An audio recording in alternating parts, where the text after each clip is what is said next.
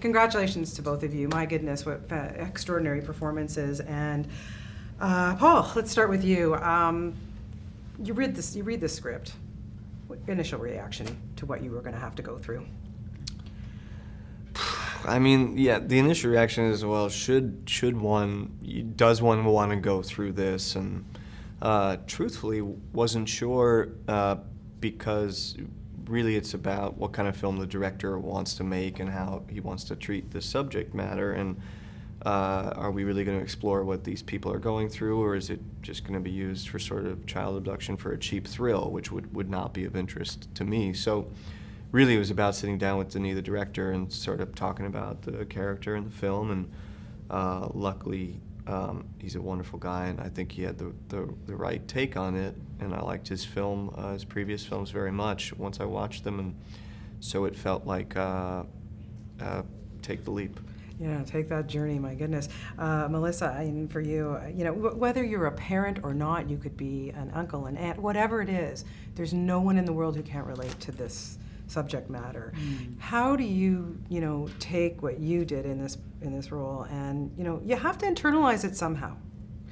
I just wonder where you go when you take on a role in a movie like this. It was a complicated, lonely thing, as it always is, only more so with these particular words to learn and thoughts to think and realities to connect and make it make sense, make her be a whole person, not a good person, not a bad person, but a whole and complete person who, just as every other person in the film, their circumstances have led them to where we find them in the movie.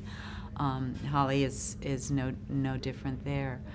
So there was the hard work. Paul has talked about it this morning too. Was the walking toward it. The set was just so beautiful. Denis as our guide, and having wonderful, delightful Hugh there, and he's just a great guide to be around, and you can tell quite easily when he needs a quiet time to himself or when he's ready and willing to chat with people. We had lovely conversations there on the set, and then to get to work ever so briefly with Paul was a great pleasure and honor for me, and working with Jake, a whole other kettle of fish comes into play, and all of it was just wonderful, wonderful work. So the trepidation of moving toward it was very much lost once we got to shooting. Yeah, being a parent, oh God, really it just made it harder for me to watch this movie. But watching someone like Hugh Jackman in a role like this, knowing what such a good person and nice guy he is, and the scenes between you and him in that bathroom will never leave my mind ever in my entire life until the day I die. I mean, seriously, Paul, you did such an extraordinary job.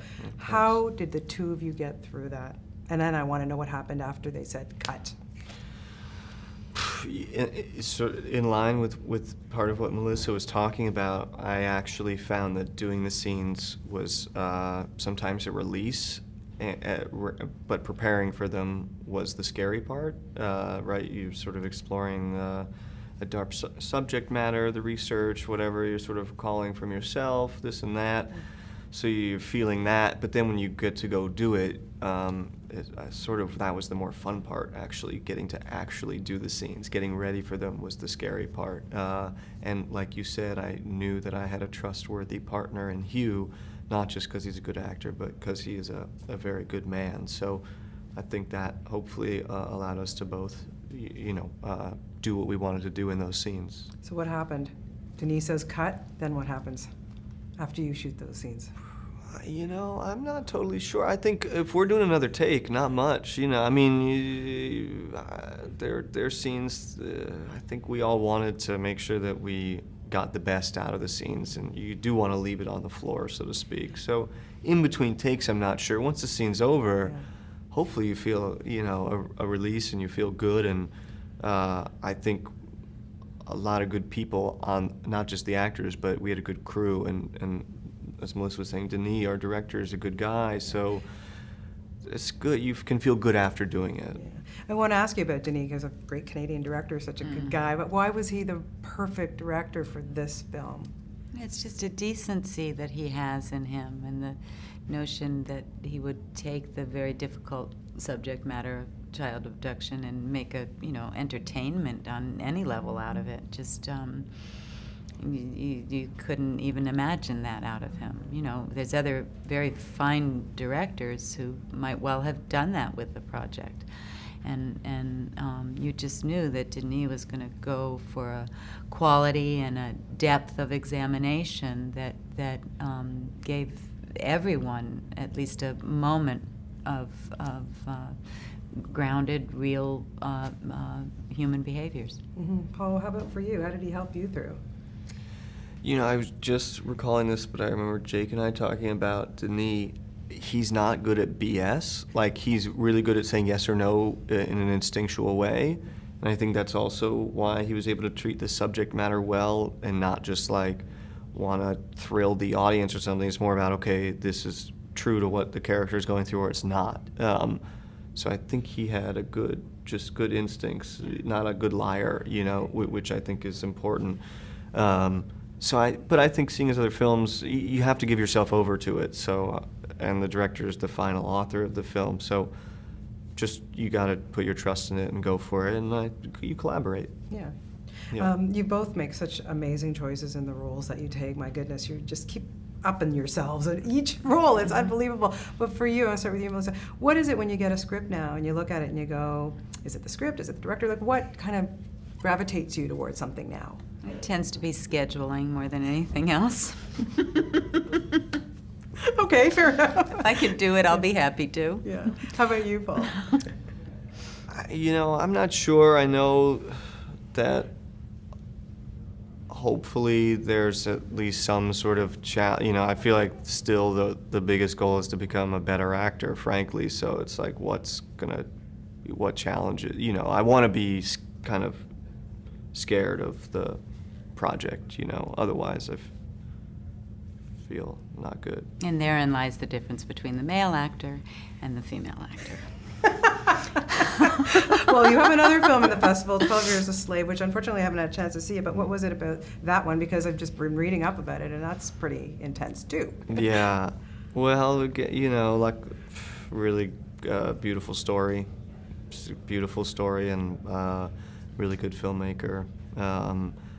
Good group of people as well. That one's not for the meek either. Yeah. But I think it's very good. Yeah. When you look back at your work and stuff, can you think about the career, the role that just flipped your life around? No. 30-some years ago, I was on a soap opera. I was nominated for an Emmy.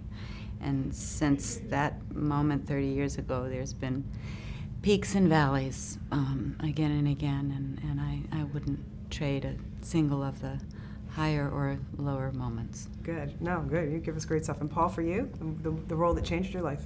Honestly, probably the first film I ever did. I was doing theater in high school in New York, and I thought I wanted to be an actor, and I definitely thought it meant being on stage in New York, where I grew up, and I did an independent film, and all of a sudden I really liked what that experience was.